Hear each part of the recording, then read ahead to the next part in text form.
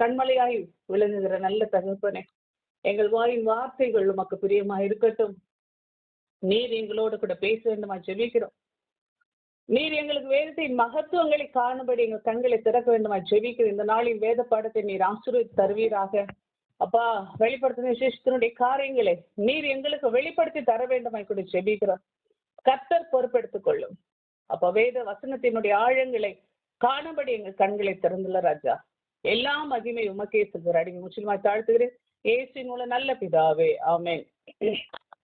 நம்ம கடந்த வாரங்களில நம்ம முதல் அதிகாரத்துல 1 முதல் 5 வசனங்களை நம்ம தியானித்து இருக்கிறோம். இந்த 5வது வசனத்துல பார்க்கும் பொழுது கர்த்தருக்கு பல பெயர்களை நம்ம பார்த்தோம். உண்மை உள்ள சாட்சி, மருத்துவ முதற் பிறந்தவர். இப்படி பார்க்கும் பொழுது வெளிப்படுத்தின விசேஷத்துல மட்டும் பாத்தீங்கன்னா 16 பேர் ஆண்டவருக்கு வழங்கப்பட்டிருக்கு. பல பெயர்கள், இயேசு கிறிஸ்துவுக்கு பல பெயர்கள் ஆதியாகமத்துல இருந்து வழங்கப்பட்டிருந்தாலும் ஒரு ஆய்வுல சொல்லும் போது 279 பேரு, 270 பேரு அப்படிலாம் சொல்றாங்க. எப்படி இருந்தாலும் இந்த வெளிப்படுத்தின விசேஷத்துல பாத்தீங்கன்னா இங்க 16 பெயர்கள் வழங்கப்பட்டிருக்கு. உண்மையுள்ள சாட்சி, அதுல பாத்தீங்கன்னா முதல் அதிகாரம் இந்த 5வது வசனத்திலையும், மரித்தோரிலிருந்து இருந்து முதல் பிறந்தவர், அது முதல் அதிகாரம் 5வது வசனம். பூமியில் உள்ள ராஜாக்களுக்கு அதிபதி, அது 5வது வசனத்திலேயே. அதே போல முந்தினவரும் பிந்தினவரும் உயிருள்ளவரும் என்று சொல்லப்படுகிறது. அது முதல் அதிகாரத்துல முதல் வசனம். சதா காலங்களில் உயிரோடு இருக்கிறவர் அப்படி சொல்லிட்டு முதல் அதிகாரம் 18வது வசனம். தேவகுமாரன் 2ஆம் அதிகாரம் 18வது வசனம். அதே போல பரிசுத்தம் உள்ளவரும் சத்தியம் உள்ளவரும் தாவீதின் திறவுகோல்களை உடையவரும் ஒருவர் பூட்டக்கூடாதபடி திறக்கிறவரும் திறக்காதபடி பூட்டுகிறவருமாய் இருக்கிறவர் என்று 3ஆம் அதிகாரம் 7வது வசனமும். உண்மையும் சத்தியம் உள்ள சாட்சியும் தேவனுடைய சிருஷ்டிக்கு ஆதியுமாய் இருக்கிற ஆமேன் என்பவர் என்று 3ஆம் அதிகாரம் 14வது வசனமும். யூதா கோத்திரத்து சிங்கமும் தாவீதின் வேறுமானவர் என்று வெளிப்படுத்தின விசேஷம் 5ஆம் அதிகாரம் 5வது வசனமும். அடிக்கப்பட்ட வண்ணமாய் இருக்கிற ஆட்டுக்குட்டி என்று 5ஆம் அதிகாரம் 6வது வசனமும். உண்மையும் சத்தியம் உள்ளவர், நீதியாய் நியாயத்திற்கு யுத்தம் பண்ணுகிறவர் என்று 19ஆம் அதிகாரம் 11வது வசனம். தேவனுடைய வார்த்தையானவர் என்று 13வது வசனம். 19ஆம் அதிகாரத்திலே ராஜாதி ராஜா கர்த்தாதி கர்த்தா என்று 19ஆம் அதிகாரம் 16வது வசனம். அதே போல அல்பாவும் ஒமேகாவும் ஆதி அந்தமும் முந்தினவரும் பிந்தினவருமா இருக்கிறவர் என்று 22ஆம் அதிகாரம் 13வது வசனம். தாவீதின் வேரும் சந்ததியும் பிரகாசம் உள்ள விடிவெளி நட்சத்திரமா இருக்கிறவர் என்று 22ஆம் அதிகாரம் 16வது வசனமும். அதே போல கடைசியே கர்த்தராகி இயேசு கிறிஸ்து என்று 22வது அதிகாரம் 21வது வசனம் சொல்லுகிறது. ஆக இந்த பெயர்களோடு அவர் அழைக்கப்படுகிறார். இப்போ நம்ம 6வது வசனத்துக்குள்ள இந்த வாரத்துல நம்ம கடந்து செல்ல போகிறோம். 6வது வசனத்தை குறித்து நம்ம தியானிக்கும் பொழுது முதலாவது இந்த வசனத்தை நான் வாசிக்கிறேன். தம்மிடத்தில் அன்பு கூர்ந்து நமது இரத்தத்தினாலே நம்முடைய பாவங்கள் அற நம்மை கழுவி தம்முடைய பிதாவாகிய தேவனுக்கு முன்பாக நம்மை ராஜாக்களும் ஆசாரியமாக்கின அவருக்கு மகிமையும் வல்லமை என்றென்றைக்கு உண்டாயிருப்பதாக ஆமேன் என்று சொல்லப்படுகிறது. நாம் ஏற்கனவே பார்த்த கடந்த வாரத்துல நம்ம இந்த வெளிப்படுத்தும் விசேஷத்துல இந்த முதல் 2 அதிகாரங்களை நம்ம வரி வரியா நம்ம பார்த்தாதான் நமக்கு நல்ல மற்ற அதிகாரத்தினுடைய ஆழங்களை புரிந்து கொள்ள முடியும். இந்த நாளில கூட இந்த வசனத்தை நம்ம வரி வரியா பார்க்க போறோம். கடந்த வாரத்துல நம்ம பார்க்கும்போது கூட ஒவ்வொரு வரி வரியா தான் நம்ம தியானித்தோம். இந்த வசனமும் அப்படி தியானிக்கும் பொழுதுதான் அதனுடைய ஆழத்தை புரிந்து கொள்ள முடியும். இதுல பார்க்கும் பொழுது அப்போஸ்தலனாகிய யோவான் இயேசு கிறிஸ்துவை அன்போடு நமக்கு சுட்டி காண்பிக்கிறத பாக்குறார். அவருடைய குணாதிசயங்களை இந்த வசனம் சொல்லுது. முதல்ல பாத்தீங்கன்னா முதல் காரியம் நம்மிடத்தில் அன்பு கூர்ந்த இயேசு. நம்முடைய இயேசு கிறிஸ்து எப்படிப்பட்டவர்கள்? அன்பு கூர்ந்த இயேசு கிறிஸ்து அன்புள்ளவர் என்று சொல்லப்படுகிறது. 2வது நமக்காக ரத்தம் சிந்தின இயேசு கிறிஸ்து. 2வது இயேசு கிறிஸ்து ரத்தம் சிந்தினவராக சொல்லப்படுகிறது. 3வது நம்முடைய பாவங்கள நம்மை கழுவின இயேசு கிறிஸ்து, நம்மை கழுவி சுத்திகரிக்கிறவர். 4வது நம்மை ராஜாக்களாக மாற்றினவர். 5வது நம்மை ஆசாரியர்களாக மாற்றியவர். 6வது சகல மகிமை வல்லமை பொருந்தினவர் இயேசு கிறிஸ்து. இப்போ இந்த முதல் காரியத்தை நம்ம பார்க்க போறோம். இந்த அன்பு கூர்ந்த இயேசு கிறிஸ்து என்று நம்ம பார்க்கும் பொழுது அருமையானவர்களே, நம்ம ஆண்டவருடைய ஆதேசத்திலே பார்க்கும்போது பெஸ்ட் ஒன் என்னன்னா அன்பு. ஏன்னா நாம் அவர் மேல் அன்பு கூறுவதற்கு முன்பாக அவர் நம்ம மேல் அன்பு கூர்ந்தார். நீங்கள் என்னை தெரிந்து கொள்ளவில்லை, நான் உங்களை தெரிந்து கொண்டேன் என்று சொன்னவர். ஆகவே அவர் நம்மை நேசித்த விதம் என்று பார்க்கும் பொழுது, நாம சும்மா இருக்கும் பொழுது, நம்ம அக்கிரமத்தில் மரித்திருந்த நம்மை தேடி வந்து ரட்சித்த தேவனா இருக்கிறார். நம் பாவிகளா இருக்கும் பொழுதே, நம்ம அக்கிரமங்களா இருக்கும் பொழுதே அவர் நம்மை தெரிந்து கொண்டார். உலக தோற்றத்துக்கு முன்பாகவே தெரிந்து கொண்டார். இன்னும் நான் அடிக்கடி யோசிக்கிறது உண்டு. எவ்வளோ பேர் இருக்கிறாங்க, ஆனா நம்மள ஒவ்வொருத்தரையும் நம்ம செலக்ட் பண்ணியிருக்கிறாரு. இதெல்லாம் வந்து பெரிய கிருபை. இன்றைக்கு நம்ம நினைக்கிறோம் நம்மெல்லாம் வந்து சோசன் பர்சன். உண்மையிலுமே நம்மள கிருபை பொருந்தினவர்கள். யாருக்கு கிடைக்காத ஸ்லாக்கியம். உண்மையிலுமே பரலோக ராஜ்யத்துக்கு என்று நம்ம தெரிந்து கொண்டிருக்கிறோம். அதனால்தான் சில நேரங்களில் நம்ம வந்து உபத்திரத்தின் குகையில புடமிட்டு நம்மை தகுதிப்படுத்தி நம்மளை எப்படியாவது இயேசு கிறிஸ்து சொல்றார், தன்னிடத்தில் ஒப்பு கொடுக்கப்பட்ட பிள்ளைகளை அவர் ஒருபோதும் இழக்க மனசு இல்லை.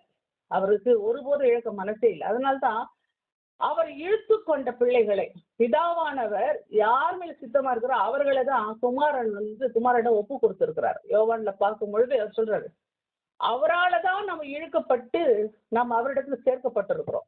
அப்படி இருக்கும் பொழுது அவர் என்ன செய்றாரு, ஒருவரையும் அவர் வந்து விட்டு விடாம கடைசியில பிதாக்கிட்ட கொண்டு போய் ஒப்படைக்கிற வரைக்கும் இயேசு கிறிஸ்து அதை இன்சார்ஜ் எடுத்திருக்கிறார். நம்மேல் அவர் வந்து ஒரு பொறுப்பா இருக்கிறார். அதனாலதான் பல நேரங்களில நம்ம அவர் வந்து என்ன செஞ்ச, நான் ஏற்கனவே சொன்னது போல தோட்டக்காரர்னா அவர் பிதாவாகிய தேவன்கிட்ட பரிந்து பேசிக்கொண்டு நம்மை குறித்து கவனமாய் தண்ணி ஊத்துறேன், நான் கொத்துறேன், நான் எரு போடுறேன், நீங்க கொஞ்சம் வெயிட் பண்ணுங்க அப்படி சொல்லிட்டு நம்ம என்ன செய்யறோம், ஒரு ஷேப் பண்ணி அவர்கிட்ட பிதாக்கிட்ட கொண்டு போய் சேர்க்கிற வரைக்கும் நம்மளை எப்படியாவது உருப்படி பண்ணணுன்றது அவருடைய நோக்கம். அதனால்தான் அவர் என்ன செய்யறாரு, உலக தோற்றத்துக்கு முன்பாகவே முன்குறிக்கப்பட்ட நம்மை தெரிந்து கொண்டு நம்மை உருவாக்கி கொண்டிருக்கிறார். அவர்கிட்ட பிதாக்கிட்ட கொண்டு போய் சேர்க்கிற வரைக்கும் நம்ம உருவாக்கி கொண்டிருக்கிறார். ஆகவேதான் நம்மிடத்தில் அன்பு கூர்ந்து என்ற வார்த்தை வந்து நம்ம ரொம்ப முக்கியமான ஒரு வார்த்தையா நம்ம நினைக்கிற. பார்த்தீங்கன்னா எனக்கு ரொம்ப ஒரு பாட்டு ரொம்ப பிடிச்சது. பாட்டு என்னன்னா, இந்த ஜாய்சன் சாம் அந்த ஒருத்தர் பாடின பாட்டு,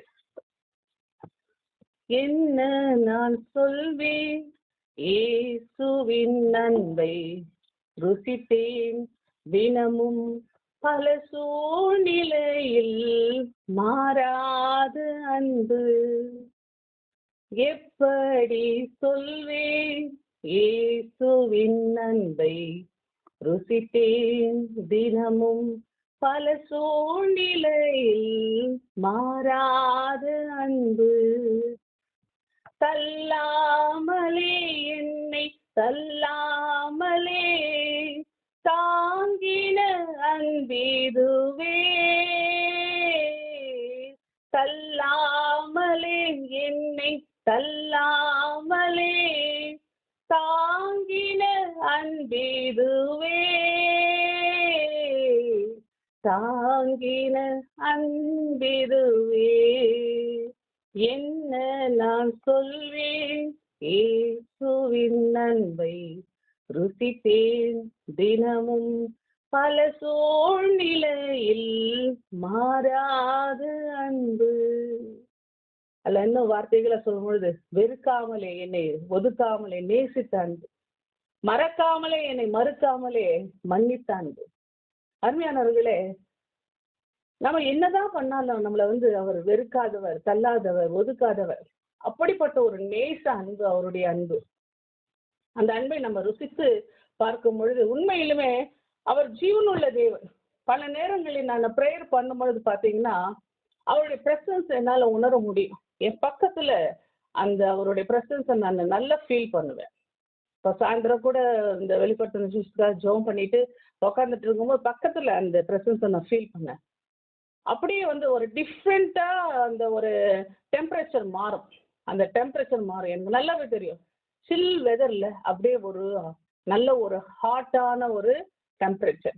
அதுவும் ஒரு சைடு மட்டும், ரைட் சைடு மட்டும் என் பக்கத்துல ஒரு ஆள் தத்துவம் நிக்கிற மாதிரி நான் ஃபீல் பண்ணேன். அதே போலதான் தேவன் வந்து நம்மோடு கூட இருக்கிற, அடிக்கடி சொல்ற வசனம் எபேசியர் 4:6 எல்லார் மேலும் எல்லாரோடு எல்லாருக்குள்ளும் நமக்குள்ள பரிசுத்தாவியானவர் இருந்து ஜெபிக்கிறாரு. நம்ம கூடவே இயேசு இருக்கிறார், கூடவே பக்கத்துல இருந்து நம்ம கைட் பண்ணிட்டே இருக்கிறார். ஆகவே அருமையானவர்களே, பிதாவாகிய தேவனுடைய பிரசன்ஸ் நம்மோடு கூட இருக்கிறது. ஆகவே இந்த நேரத்துல இந்த காரியங்களை நல்லா புரிஞ்சு அவருடைய அன்பை நம்ம புரிந்து கொள்ள வேண்டும். அவர் நம்ம கூட தான் இருக்கிறார், ஆனா நாம தான் மறந்துடுறோம். நம்ம படகுல தான் இருக்கிறார், நம்ம தான் மறந்துடுறோம். அந்த அன்பை நம்ம தெரிந்து கொள்ள வேண்டும், புரிந்து கொள்ள வேண்டும். நம்மிடத்தில் அன்பு கூர்ந்ததினாலே நமக்காக பரலோக மேன்மையை அவர் திறந்திருக்கிறார்.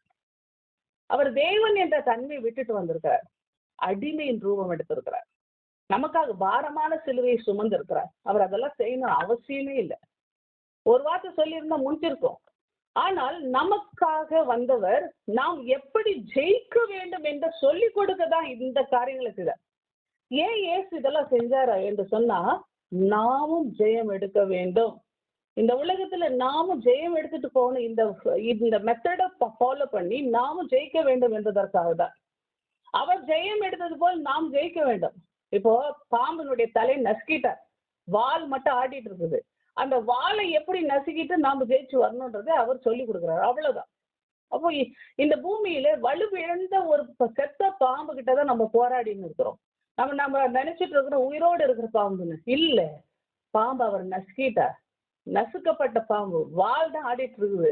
அவனுக்கு வீரியம் இல்லை, ஆனா நம்ம வீரியம் இருக்கிறதா நம்ம நினைச்சிட்டு இருக்கிறோம். அருமையானவர்களே, தேவன் நம்மில் அன்பு கூர்ந்து எல்லாத்தையும் ஜெயித்து விட்டார். ஆனா இன்றைக்கு நம்முடைய பயங்கள், நம்முடைய கவலைகள், நம்முடைய சோர்வுகள் நம்மை என்ன செய்யுது, கீழே கீழே கீழே கொண்டு போயிடுது. நமக்கு சில நேரம் நம்ம தோற்று போகிறோம், சில நேரம் நம்முடைய விசுவாசத்தை பின்தங்கி விடுகிறோம். ஆகவேதான் தேவனுடைய அன்பை நம்ம ருசிக்க ருசிக்க அவர் நமக்காக ஜெயம் எடுத்ததை நம்ம தெரிந்து கொள்ள நாம முற்றும் ஜெயம் கொண்டவர்களாய் மாறுகிறோம். அதனால்தான் இந்த இடத்துல சொல்லும் பொழுது அவர் அன்பு கூர்ந்தார், அன்பு கூறுகிறார், அன்பு கூறுவார். எல்லாமே past tense, present tense, future tense, 3 காலத்துக்கு உரியவர். அவர் முடிவு வரையும் நம்மை அன்பு கூர்ந்து கொண்டேதான் இருக்கிறார். ஆகவே பாருங்க, நம்மை உயர்த்தி நம்மை மேன்மைப்படுத்துவதற்காகவே தான் இந்த அன்பை நம்மை வைத்தார். நம்ம அடிமையின் ரூபத்துல இருக்கிறோம், பிசாசு கையில அடிமை இருந்தோம் ஒரு காலத்துல. நம்மை மீட்டெடுத்த இயேசு கிறிஸ்து நம்ம ஒரு உயர்ந்த அந்தஸ்துல வைக்கணும் தான் அது பண்ணியிருக்கிறாரு. ஆனா நாம் ஜெயம் எடுக்க வேண்டும் என்பதற்காக தான் நமக்கு ட்ரைனிங் கொடுக்கிறார். நாம இப்ப பாத்தீங்கன்னா மிலிட்ரியில எல்லாம் ட்ரைனிங் கொடுப்பாங்க. ட்ரைனிங் கொடுக்குறவங்க என்ன செய்வாங்க, கடைசியில அவங்களே கடைசி வரைக்கும் யுத்தம் பண்ண மாட்டாங்க. நம்மளை ஓட விட்டு நம்மளை எல்லாம் ட்ரைனிங் பண்ணிட்டு கடைசியில என்ன செய்வாங்க, நம்மளை விட்டு நமக்கு யுத்தம் செய்ய வச்சு நம்மளை கொண்டு ஜெயத்தை எடுப்பாங்க. அதே போலதான் இன்னைக்கு தேவன் என்ன செய்றாரு, நமக்கு பிராக்டிஸ் கொடுக்கிறார். தாவீது சொல்றார், உம்மாலே நான் ஒரு சேனைக்குள் பாய்வேன், மதிலை தாண்டுவேன்.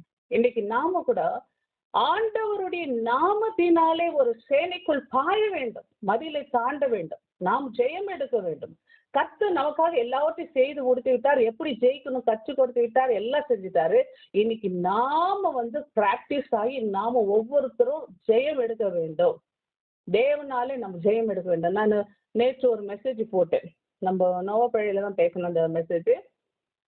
நம்ம இன்னைக்கு எல்லாமே ஆண்டவர் நம்ம ஆண்டு கொள்ளுங்கள் என்று சொல்லி எல்லா அதிகாரத்தை கொடுத்துட்டாரு. ஆனா இன்னைக்கு இன்னும் ஆளக்கூடிய அந்த அதிகாரம் நமக்கு வரல. சகலம் நமக்கு கீழ்படுத்தினாரு, ஆனா நமக்கு சகலம் கீழ்பட்டு இல்லை. ஏன் அந்த காரணம் அதை குறிச்சு சொல்லி இருக்கிறேன். தயவு செஞ்சு கேளுங்க. அதுல உங்களுக்கு சந்தேகம் இருந்தா கூட எனக்கு ஃபோன் பண்ணி கேளுங்க, தயவு செஞ்சு கேளுங்க. பைபிள்ல நிறைய விஷயங்கள் இருக்கு, அதெல்லாம் நம்ம கற்றுக்கொண்டு நம்ம ஜெயிச்சுட்டே போகணும். நம்ம பயப்படவோ எதை கண்டு பயப்படாதீங்க, எதை கண்டு அது ஏன்னா இயேசு கிறிஸ்துனுடைய அன்பு நம்மை முற்றும் ஜெயம் கொள்ள வைக்கும். அவர் நம்மோடு கூட இருக்கிறார் என்ற விசுவாசம், அவர் என்னோடு கூட இருக்கிறார், என் பக்கத்துல இருக்கிறார், எனக்குள் வாசம் செய்கிறார், அவருடைய ஆவி எனக்குள் இருக்கிறது, ஆள் தத்துவமா என்னோடு கூட இருக்கிறார் என்ற அந்த ஒரு தைரியம் நம்மை ஜெயம் எடுக்க வைக்கும் என்பதை நம்ம புரிந்து கொள்ள வேண்டும். பாருங்க, 1 யோவான் 4ஆம் அதிகாரத்துல 7வது வசனத்துல நம்ம வாசிக்கும் பொழுது பாத்தீங்கன்னா மிக அருமையாக, பிரியமானவர்களே, ஒருவரில் ஒருவர் அன்பா இருக்க கடவுள், ஏனெனில் அன்பு தேவனால் உண்டாயிருக்கிறது, அன்புள்ள எவனும் தேவனால் பிறந்து அவரை அறிந்திருக்கிறான், அன்பில்லாதவன் தேவனை அறியான். தேவன் அன்பாகவே இருக்கிறார், அன்பு ஒண்ணுதான். அந்த அன்பு ஒண்ணுதான் இந்த உலகத்தை நிலைப்பெற செய்கிறது. அந்த அன்பு ஒன்றுதான் நம்ம ஏக்கி கொண்டிருக்கிறது. ஆகவே இந்த உலகத்துல இவ்வளவாய் அன்பு கூர்ந்ததுக்கு காரணம் என்ன? நாமும் அன்பு செய்ய வேண்டும், நாமும் மற்றவர்களுக்கு அன்பு செலுத்த வேண்டும். ஒரு குறையில்லாத ஒரு அன்பு, ஒரு கற்புள்ள கன்னிகையாய் நம்ம ஆண்டவருக்கு அன்பு செய்ய வேண்டும் என்று தேவன் விரும்புகிறார். 2 கொரிந்தியர் 11 2வது வசனம் சொல்லுது, ஒரு கற்புள்ள கன்னிகையாய், ஒரு கற்புள்ள சபையாய் நம்ம தேவனுக்கு முன்பாக நிற்க வேண்டும். ஒரு கன்னிகையை ஒரு கணவன் என்ன செய்வான், ஒரு மணமகன், கணவன் என்று சொல்றதை விட ஒரு மணமகன் என்ன செய்யறான், தனக்கு வர மனைவி ஒரு பொண்டாட்டி எப்படி இருக்கணும் விரும்புவாள்னா, ஒரு கற்புள்ள கன்னிகையா இருக்கணும்னு விரும்புவா. எப்படின்னா, வேற யாரை பற்றி நினைக்காம தன்னை மட்டுமே நினைக்கக்கூடியவளா, தனக்காகவே பரிசுத்தமா ஜீவிக்கிறவளா இருக்கணும் என்று அவன் நினைப்பான். அதேதான் இன்னைக்கு மணமகனாகிய இயேசு கிறிஸ்து அவர் ஒருவர் தான் ஜீவனுள்ள தேவன் என்பதை நாம் நினைவு கூற வேண்டும் என்று இன்றைக்கு நம்மேல் அவர் நோக்கமா இருக்கிறார். அவரை மட்டுமே யோசிக்க வேண்டும், அவருக்கு மட்டுமே நாம் உரித்தவர்களா இருக்க வேண்டும் என்று இன்றைக்கு வேசிதர்மம் விபச்சாரம் என்பது என்னன்னா, நம்முடைய சிந்தையில இயேசு கிறிஸ்துக்கு இடம் கொடுப்பதை விட்டுவிட்டு வேறு ஏதாவது ஒன்றுத்துக்கு நம்ம இடம் கொடுக்கும் பொழுது, வேறு ஒன்றைக்கு முக்கியத்துவம் கொடுக்கும் பொழுது நம்ம என்ன செய்யறோம், வேசிதனம் விபச்சாரம் என்ற அந்த பாவத்தை நாம் செய்கிறோம். சரீரத்து படி அல்ல, நம்ம ஆத்மீகத்துபடி ஆவியில நாம் இப்படிப்பட்ட காரியங்களை செய்கிறோம். அதனால்தான் தேவன் சொல்றாரு, மனசை பாக்குறாரு, உள்ளான மனுஷனை தான் ஆண்டவர் பாக்குறாரு, வெளிப்படையான மனுஷனே அல்ல, உள்ளான மனுஷன். அப்போ இந்த உள்ளான மனுஷனுக்குள்ள ஒரு பரிசுத்தம் வேணும். இந்த உள்ளான மனுஷனுடைய மனது, அந்த ஆத்மா கர்த்தரையே நோக்கி பார்க்கணும். அந்த கர்த்தரத்துல அந்த உண்மையான அன்பை செலுத்த வேண்டும். இன்றைக்கு நம்ம உண்மையான அன்பு செய்யணும். அதனால ஆண்டவர் சொல்றாரு, உன் ஆதி அன்பை இழந்து விட்டாயே, உன் ஆதி அன்பை இழந்து விட்டாயே. இன்றைக்கு நம்ம ஆதி அன்பை இழக்காதவர்களா, எப்பவுமே அன்புள்ளவர்களாய் நம்ம கர்த்தரை நேசிக்க வேண்டும் என்று தேவன் வருவார். ஏன்னா இயேசு கிறிஸ்து அன்புள்ளவர். அவர் எந்த அளவுக்கு அன்பு செலுத்துகிறாரோ அந்த அளவுக்கு நாம அவரை அன்பு செய்கிறவர்களாய் மாறும் பொழுது நம்மோடு கூட அவர் இணைகிறவராக. நீங்கள் என்னிலும் என் வார்த்தைகள் உங்களிலும். அப்போ அவருடைய அன்பு நமக்குள்ள வரும்போது, நம்முடைய அன்பு அவரை நேசிக்கும் பொழுது நமக்குள்ளே ஒரு ஒருமைப்பாடு, ஒரு ஐக்கியம் வர ஆரம்பிக்கிறது. 2 பேர் ஒன்றா சேரும் போது ஒரு ஜெயம் நம் வாழ்க்கையில கிடைக்கிறதா இருக்கிறது. அருமையானவர்களே, இயேசு கிறிஸ்து நம்மோடு கூட இருக்கும் பொழுது வெற்றி நிச்சயமா இருக்கிறது. கிறிஸ்துவுக்குள் வாழ்கிற அனுபவம், கிறிஸ்துவுக்குள் ஜெயம் எடுக்கிற ஒரு அனுபவம், அந்த அன்பினுடைய அந்த மகத்துவத்தை நான் புரிஞ்சுக்கலாம். அதனால்தான் முதல் காரியம் என்ன சொல்லப்படுகிறது, இயேசு கிறிஸ்து அன்பு கூர்ந்து, நம்மிடத்தில் அன்பு கூர்ந்து, அவர் அன்புள்ளவர், அவர் நம்மை அன்பு கூர்ந்து நேசிக்கிறவராக இருக்கும். 2வது பாத்தீங்கன்னா, ரத்தம் சிந்தின இயேசு கிறிஸ்து நமது ரத்தத்தினாலே நம்முடைய பாவங்களை நம்ம கழுவினார் என்று பார்க்கிறோம். பாருங்க, சிலர் அன்பு செலுத்தலாம் ஆனா பாடுபட மாட்டாங்க. இன்னைக்கு எவ்வளவு நாள் அன்பு செலுத்தலாம், பணத்தை கொடுப்பாங்க, பொருளை கொடுப்பாங்க, ட்ரெஸ் எடுத்து கொடுப்பாங்க. சில கணவன்மார்கள்லாம் பாருங்க, எல்லாம் செய்வாங்க, உயிரை கொடுக்குறியான்னா கொடுக்க மாட்டாங்க. இன்னைக்கு தேவன் என்ன செய்யற, அப்படிப்பட்ட தேவன் அல்ல நம்முடைய தேவன். உலகத்து ஜனங்கள்ல பாடுபட முன் வர மாட்டாங்க. ஆனா நம்முடைய தேவன் நமக்காக தன் ஜீவனையை கொடுத்தார், தன்னுடைய ரத்தத்தை சிந்தினார். இப்ப ரத்தம் என்பது உயிருக்கு சமம். லேவியராகமத்துல 17ஆம் அதிகாரம் 11வது வசனத்துல பாத்தீங்கன்னா, மாம்சத்தினுடைய உயிர் ரத்தத்தில் இருக்கிறது என்று சொல்லப்படுது. அப்போ நம்ம ஒவ்வொருத்தருக்காக அவர் என்ன செய்யற, தன்னுடைய ரத்தத்தை சிந்தினாரு, தன் உயிரையே தியாகமாய் கொடுத்தாரு என்று நம்ம பாக்குறோம். முள்முடி சூட்டப்பட்டது எதற்காகன்னா, அவருடைய அந்த முள்முடி அது என்னதுன்னா நம்முடைய சாபங்களை தீர்த்தது என்று பார்க்கிறோம். நம்முடைய தலைமையில் இருக்கிற எல்லா சாபங்கள் அவருடைய முள்முடி சுமந்து தீர்க்கிறது என்று நாம் பார்க்கிறோம். அப்படி கைகளில் கடாப்பட்ட ஆணிலிருந்து வழிகிற ரத்தத்தினால நம்முடைய கரங்கள் செய்கிற பாவங்கள் எல்லாவற்றையும் அவர் சுமந்தார். அதே போல பாத்தீங்கன்னா, அவருடைய கால்களில் கடாவின அந்த ஆணியினால ரத்தத்தினால நம்முடைய கால்களினால் செய்கிற பாவங்கள். அதே நேரத்தில் அவர் சத்துருவினுடைய தலையை மிதித்து நம்முடைய பாவங்களை எல்லாம் அவர் சுமந்து தீர்த்ததை நம்ம பார்க்கிறோம். இன்னைக்கு சரீரமெல்லாம் சவுக்கில் அடிக்கப்பட்டு ரத்தம் செஞ்சதுனால அவருடைய தழும்புகளால் நம்முடைய சரீரத்தினுடைய வியாதிகளை எல்லாம் அவர் சுமக்கிறார் என்று பார்க்கிறோம். விழாவில குத்தப்பட்டு அந்த ரத்தம் வந்ததுனால இன்றைக்கு இயேசு கிறிஸ்து நமக்காக ஒரு சபையை, மணவாட்டி என்ற ஒரு சபையை உருவாக்குகிறது பார்க்கிறோம். ஏன்னா விழாவிலிருந்து புறப்பட்ட தண்ணீர் ரத்தம் மணவாட்டி சபையினுடைய புது உடன்படிக்கையினுடைய அடையாளமா இருக்கிறது என்று பார்க்கிறோம். ஆகவே இன்னைக்கு இயேசு கிறிஸ்துனுடைய ஒவ்வொரு வாகத்திலிருந்து வழிகிற ஒவ்வொரு ரத்தமும் நமக்காகவே சிந்தப்பட்டது என்பதை நம்ம உணர வேண்டாம். பிசாசு ஜெயித்தார், பிசாசுடைய அந்தகார கிரியைகளை ஜெயித்தார், பாவங்களை ஜெயித்தார், அவனால் வரக்கூடிய வியாதிகளை ஜெயித்தார், எல்லாவற்றையும் ஜெயித்தார். அவருடைய ரத்தத்தினாலே நமக்கு பாவ மன்னிப்பு கிடைக்கிறது. அருமையானவர்களே, இந்த இடத்துல பார்க்கும்போது, ஒருவன் தன் சிநேகிதனுக்காக ஜீவனை கொடுக்கிற அன்பிலும் பெரிய அன்பு ஒன்றுமில்லை என்று சொல்லி தன்னுடைய ரத்தத்தையே சிந்தி ஜீவனை கொடுத்து நம்மை வைத்த அன்பை அவர் வெளிப்படுத்தினார் என்று பார்க்கிறோம். அப்போ பாருங்க, அவர் ரத்தம் சிந்தினதுனால நமக்கு மிகப்பெரிய ஆசீர்வாதங்கள்லாம் கிடைச்சிருக்கு. என்ன சொன்னா, இயேசு கிறிஸ்துடைய ரத்தத்தினால் தான் நம்ம ஒப்புரவாகிறோம். நான் உங்களுக்கு அடிக்கடி சொல்றது உண்டு. இயேசு கிறிஸ்து என்ற மத்தியஸ்தர் இல்லை என்றால் பிதாவுக்கும் நமக்கு இடையில ஒரு பகை இருக்கும், ஒரு பிரிவினை இருக்கும். கொலோசியர்ல பார்க்கும்போது அந்த பகையை அவர் ஒப்புரவின் மூலமாக, தன்னுடைய ரத்தத்தின் மூலமாக அவர் நீக்கினார் என்று பார்க்கிறோம். அப்ப இருதரத்தாரையும், பழைய ஏற்பாட்டு பரிசுத்தவான்கள், புதிய ஏற்பாட்டு ஆட்கள் எல்லாரையும் ஒன்று சேர்த்து தன்னுடைய ஒரே சரீரமாக இணைத்து இயேசு கிறிஸ்து பிதாவாகிய தேவனிடத்தில் ஒப்புரவாக்குகிறார். தன்னுடைய ரத்தத்தை சிந்தி ஒப்புரவாக்குகிறார். சபையை தேவனுக்கு முன்பாக கொண்டு செல்லுகிறார் என்பதை நம்ம புரிந்து கொள்ள வேண்டும். அப்போ இயேசு கிறிஸ்துனுடைய ரத்தத்தினால்தான் நம்ம கிருபாசன தண்டையில சேரக்கூடிய ஒரு பாக்கியத்தை பெறுகிறோம். இல்லைன்னா கிட்ட கூட நம்ம போக முடியாது. ஏன்னா அப்படிப்பட்ட ஒரு பரிசுத்தம் உள்ள தேவன் இயேசு கிறிஸ்துவனுடைய ரத்தத்தினால் தான், அந்த ரத்தத்தினால் கழுவப்பட்ட ஒரு நிச்சயத்தோடு தான் நம்ம கிருபாசன தண்டையில கிட்ட சேர முடியும் என்று நம்ம வேதத்தில் நம்ம பார்க்கிறோம். ஏன்னா நமக்காக அந்த ரத்தத்தை சிந்தினால்தான் அந்த ரத்தம் நமக்காக பரிந்து பேசி கொண்டிருக்கிறதையும் நம்ம பார்க்கிறோம். நம்ம வேதத்தில் பார்த்தோம், ரோமர் 8:34 ஆக்கினைக்குள்ளாக தீர்க்கிற மனுஷன் யார்? அப்போ நமக்காக இயேசு கிறிஸ்து பிதாவுடைய வலது பாசத்தில் பரிந்து பேசுகிறார் என்று பார்க்கிறோம். அப்ப பரிந்து பேச இயேசு கிறிஸ்து மட்டும்தான் நமக்கு உண்டு. அவரால் அன்றி நமக்கு பரிந்து பேசுகிறது யாருமே இல்லை. ஆகவே இயேசு கிறிஸ்துனுடைய ரத்தம் நமக்காக சிந்தப்பட்டதனுடைய நோக்கம் நம்மை பிதாவோடு இணைக்கிறது மட்டுமல்ல, அந்த ரத்தத்தினால் நம் சாபங்கள் தீர்ந்தது, நம் பாவங்கள் தீர்ந்தது. அந்த சிலுவை மரணத்தினாலே அவர் ஜெயத்தை எடுத்தார். கலாத்தியர் 3:13 எனக்கு தொடக்க காலத்துல எங்க குடும்பத்துல இருந்த சாபங்கள்லாம் தீர்த்ததுக்கு இந்த ஒரே ஒரு வசனம் தான் அடிப்படை. அந்த ஒரு வசனத்தை வைத்துதான் நான் அடிக்கடி ஜெபம் பண்ணேன். ஒரே வசனம் தான், ஆண்டவரே எங்களுக்காக நீ சாபமானதுனால இனி நாங்க சாபத்தை சுமக்க வேண்டாம். அப்போ இயேசு கிறிஸ்துனுடைய அந்த மரணம், அந்த சிலுவை மரணத்தினாலே எங்க குடும்பத்துடைய சாபங்கள்லாம் தெரியும். ஏன்னா எங்க குடும்பத்துல பாத்தீங்கன்னா விக்கிரக ஆராதனை, அதாவது ஆர்சி பேக்ரவுண்டு, விக்கிரகம். அப்போ இதெல்லாம் ஒரு பெரிய சாபம் தான்.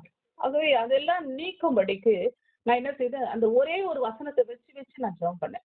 அந்த ஜெபம் பண்ண பண்ண பண்ண பண்ண குடும்பத்துல வேலை இல்லாம இருந்த எனக்கு ஒரு வேலை கிடைச்சிது.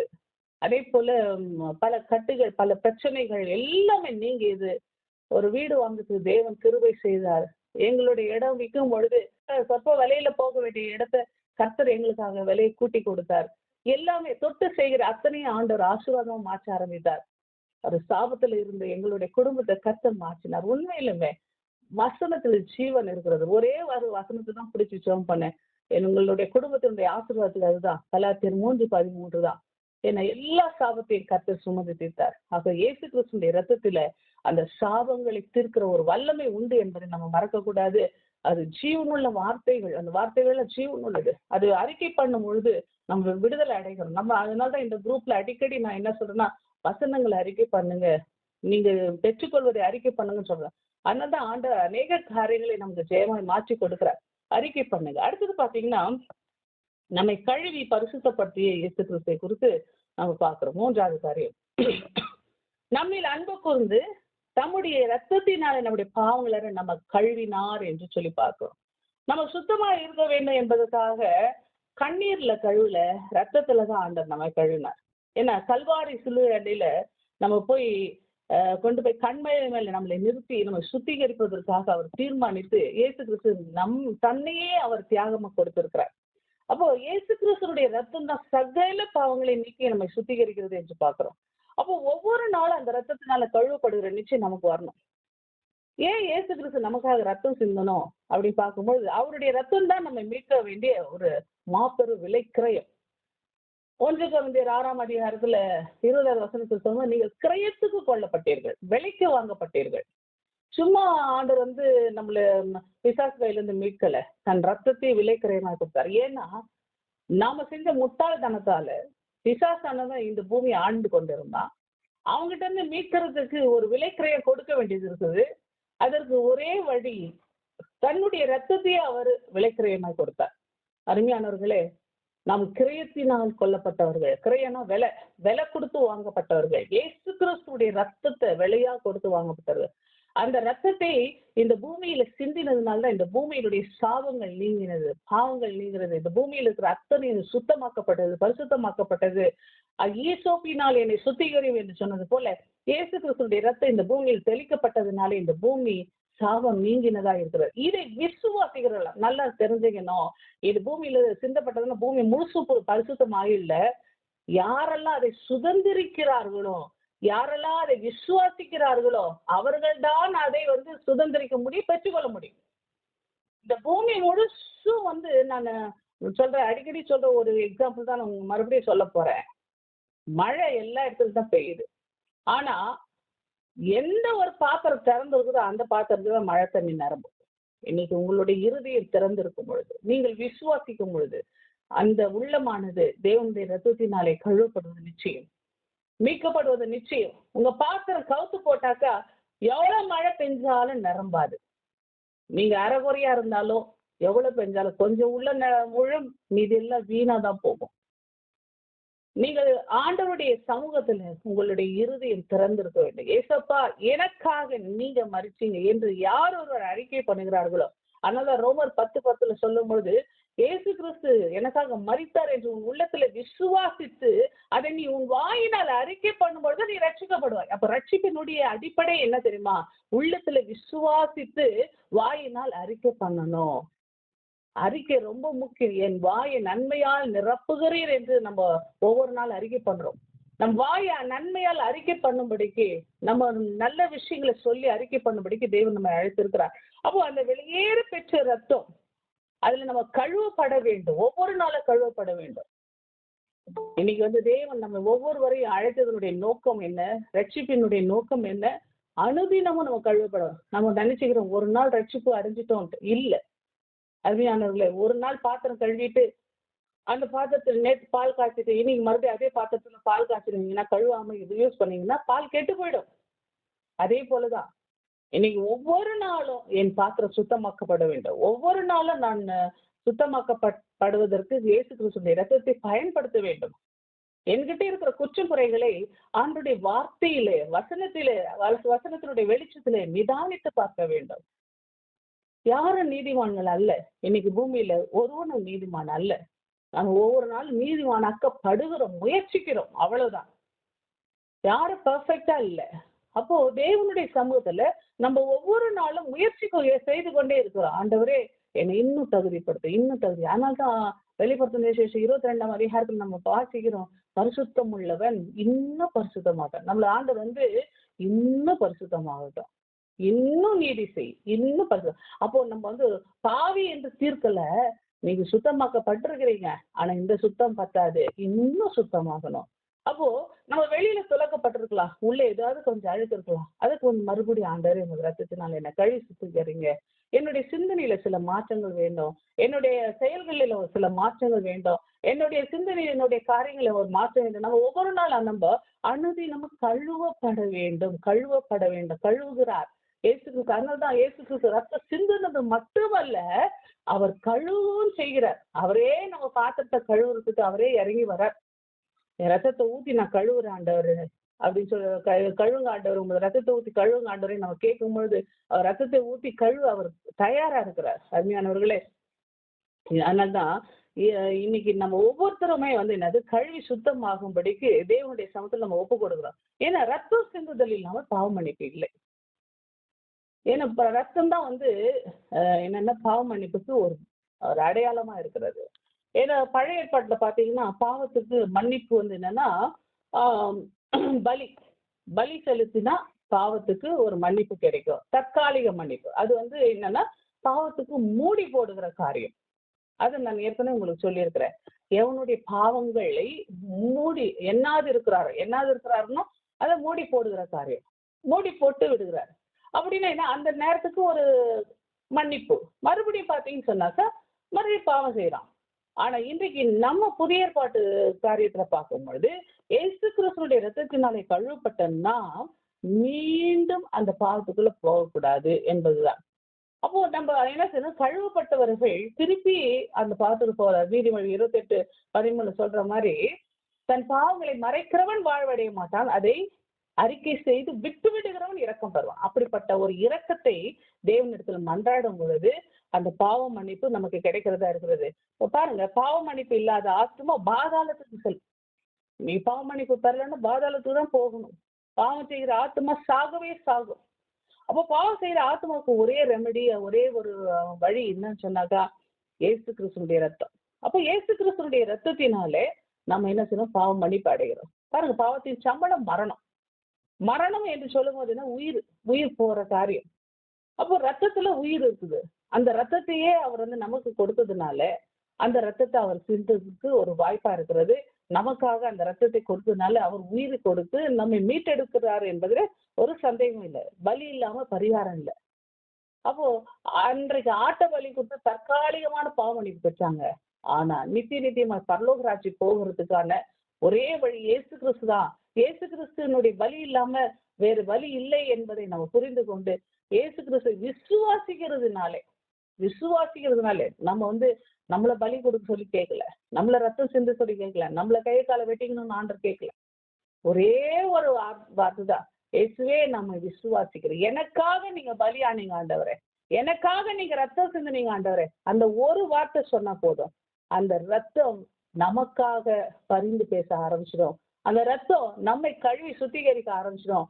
அந்த ரத்தம் நம்மை ஆண்டரோடு இணைக்க ஆரம்பிச்சிடும். அருமையானவர்களே, இயேசு கிறிஸ்துவின் ரத்தம் இல்லாமல் பாவக்கரைகள் நீக்க முடியாது. இன்னைக்கு எத்தனையோ பாத்திரம் விளக்குறதுக்கு விம் பவுடர் வந்துருச்சு, அது வந்திருக்குது, இது வந்திருக்குன்னு சொல்லுவோம், வாஷிங் டிஷ்ஷுங்க வந்திருக்குது, எவ்வளோ வந்திருக்குது. ஆனா நம்ம ஆத்துமாவை கழுவுவதற்கு ஒரே ஒரு அருமருந்து, ஒரு அரும் பொருள் எதுன்னா இயேசு கிறிஸ்துடைய ரத்தம் தான். அந்த ஒரு ரத்தம் அல்லாமல் வேறு எந்த ரசாயனமும் நம்முடைய ஆத்மா கழுவவே முடியாது. எந்த ரசாயன பொருட்களும் இந்த பாவ கரைகளை நீக்கவே முடியாது. அதனால அருமையானவர்களை, உலகம் முழுசுக்குமே தெரியும் பாவம் ஒண்ணு இருக்குது, பாவத்தின் சம்பளம் நரகம்னு ஒண்ணு தெரியும். எல்லா மதத்தினரும், எல்லா கோத்திரத்தாரும் எல்லாருக்குமே தெரியும் பாவத்தினுடைய சம்பளம் நரகம் தான், மரணம் தான் தெரியும். அவங்க மரணம்ன்ற வார்த்தை தெரியலனாலையும் நரகத்துக்கு போவாங்கன்றது நல்லா தெரியும். ஆனா கிறிஸ்துவம் மட்டும், இயேசு கிறிஸ்துவ மட்டும் அதுக்கு ஒரு வழி கண்டுபிடிச்சு கொடுத்தார். நானே வழியும் சத்தியமும் ஜீவனுமா இருக்கிறேன், என்னாலே அல்லாம ஒருவனும் பரலோக ராஜ்யம் நுழைய முடியாது. அப்போ அவருடைய ரத்தம் கழுவுதல், அவருடைய ரத்தத்தினாலே நம்ம கழுவப்பட்டாலொழிய பரலோகத்துக்கு போக முடியாது. அப்போ கிறிஸ்துவனுடைய ரத்தம் தான் நம்மை பரலோகத்துக்கு கொண்டு போகிறது. அவர் தான் நமக்கு வழி. அந்த மார்க்கத்தை திறந்து கொடுத்தவர், திரைச்சிலை இரண்டாக கிழித்தவர், பரலோகத்தினுடைய வாசலை திறந்து கொடுத்தவர் அவரே. நமக்கு அந்த தன்னுடைய மரணத்தின் மூலமாய் தன்னுடைய சரீரத்தை கிழித்து இரண்டாக கிழித்து தேவ சமூகத்தில் நம்ம நுழைய வைத்தவர் என்பதை புரிந்து கொள்ளுவோம். அவருடைய ரத்தம் தான் நமக்கு பாவம் மன்னிப்பு என்பதை புரிந்து கொள்வோம். அனுதினமும் கழுவப்பட வேண்டும். அந்த ரட்சிப்புல நான் 3 வகையான ரட்சிப்பு அடிக்கடி சொல்றது உண்டு. 3 வகையான ரட்சிப்பு. நான் ரட்சிக்கப்பட்டேன் நின்றுடாதீங்க, அனுதினமும் கழுவப்படுங்க. அதுதான் ரட்சிப்பு நிறைவேற்றுகிற ஒரு அனுபவம், நிறைவேற்றுகிற ஒரு காரியம். அடுத்தது முடிவு பரியந்தம், அது தொடர்ந்து இயேசு கிறிஸ்துடைய வருகை பரியந்தும் அதை நடத்திக்கிட்டே இருக்கணும்.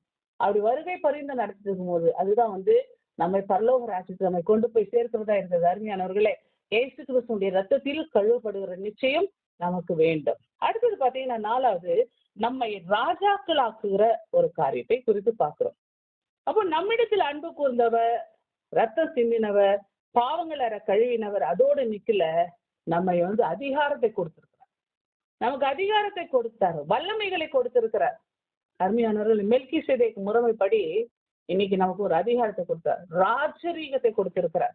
1 பேதுரு 2:9 சொல்லுவோம், அந்தகாரத்திலிருந்து ஆச்சரியமான ஒளியின் இடத்தில் வரவேற்புடைய புண்ணியங்களை அறிவிக்கும்படிக்கு நமக்கு என்ன செய்தாரா, அவர் அதிகாரத்தை கொடுத்தார் என்று நாம் பார்க்கிறோம். அது மாத்திரம் அல்ல, மத்தேயு 28ஆம் அதிகாரத்துல சொல்லும் பொழுது, அவர் புறப்பட்டு போங்கள், எனக்கு எல்லா அதிகாரம் வானத்தில பூமியிலும் எல்லா அதிகாரம் எனக்கு கொடுக்கப்பட்டது என்று சொல்லப்பட்டிருக்கிறது. மார்க் 4ஆம் அதிகாரத்துல நம்ம வாசிக்கும் பொழுது அந்த இடத்துல சொல்லப்படுகிறது. மார்க் 3ஆம் அதிகாரம், அந்த 3ஆம் அதிகாரத்துல 14வது வசனம் சொல்லும்போது, அப்பொழுது அவர் 12 பேரை தெரிந்து கொண்டு அவர்கள் தம்மோடு கூட இருக்கவும் பிரசங்கம் பண்ணும்படியாக தாம் அவர்களை அனுப்பவும் வியாதிகளை குணமாக்கி பிசாசுகளை துரத்தும்படி அவர்களுக்கு அதிகாரம் உடையவர்களாக இருக்கவும் அவர்களை ஏற்படுத்தினார். அப்போ கர்த்தர் என்ன செய்றாரு, நம்மை ராஜாக்கள் ஆக்குகிறார். எதற்கு ராஜாக்கள் என்றால், அருமையானவர்களே, வருங்காலத்துல அவரோட 1000 வருஷம் அரசாட்சி மட்டும் இல்ல, இப்பவும் நம்ம ராஜா தான். எப்படி ராஜா தெரியுங்களா? இந்த ஆவிக்குரிய உலகத்துக்கு ராஜா. பகிரங்கமா ஒரு கிரீடம் போட்டுக்கிட்டு, ஒரு சிங்காசனம் போட்டுக்கிட்டு நான் ராஜா அப்படின்னு உட்கார்றதில்ல. நம்மள ஆவிக்குரிய உலகத்துக்கு ராஜா. பேய் பிசாசுகளை அதற்ற ஒரு உத்தியோகத்தை கொடுத்துக்கிறார். பிசாசுகளை மேற்கொள்ளுகிற அதிகாரத்தை கொடுத்துருக்கிறார். வியாதிகள் மேல் அதிகாரத்தை கொடுத்துக்கிறார். அது எல்லாவற்றையும் ஆண்டு அவற்றையெல்லாம் துரத்தும்படியான அதிகாரம். அப்படி என்றால் கர்த்தர் என்ன செய்யறாரு? ஆவிக்குரிய உலகை ஆளக்கூடிய அதிகாரத்தை நம்ம கொடுத்திருக்கிறார். பிசாசுகள் மேல் வல்லமையை கொடுத்திருக்கிறார்.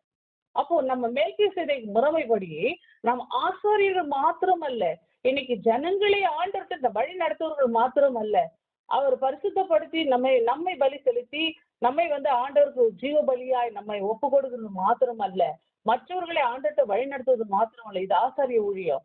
2வது, நம்ம ராஜாக்கள். அதிகாரத்தை தேவன் நமக்கு கொடுத்திருக்கிறார். நாம இந்த உலகத்தை ஆளக்கூடிய அதிகாரத்தை கொடுத்துக்கிறார்.